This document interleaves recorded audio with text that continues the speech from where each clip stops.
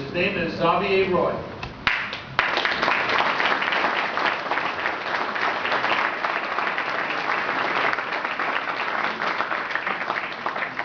And he's being joined in our business, or their business, with his son Charles, who we'd like to stand up.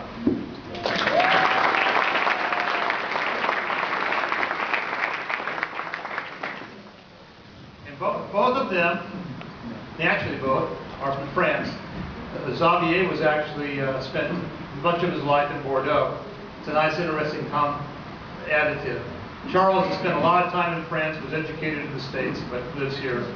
I wanted to introduce their wives. Xavier's beautiful wife is Roya, and she's a professional dentist.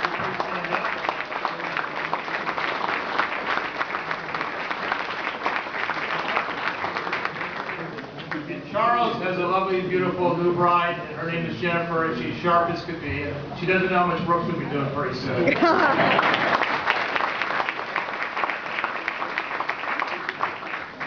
So that's the big announcement for tonight.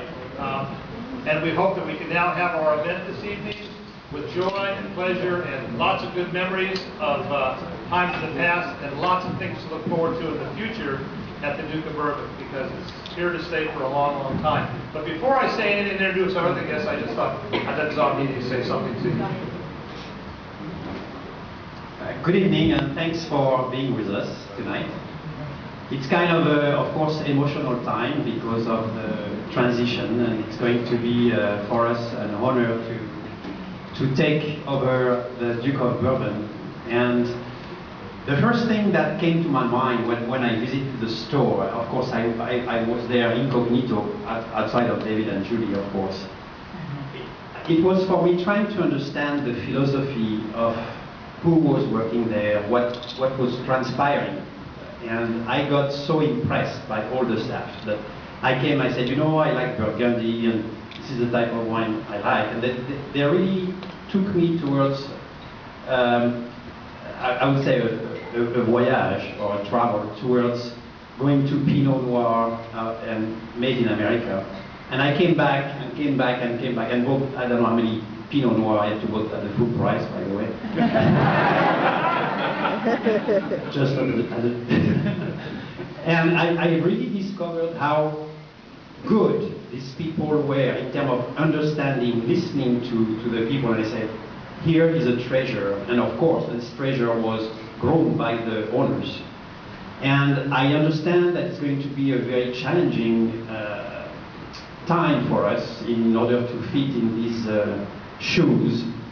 And the Duke has been an institution. It has been a pioneer of wine in California.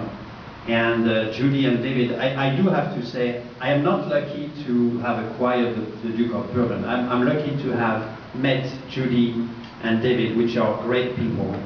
And right away,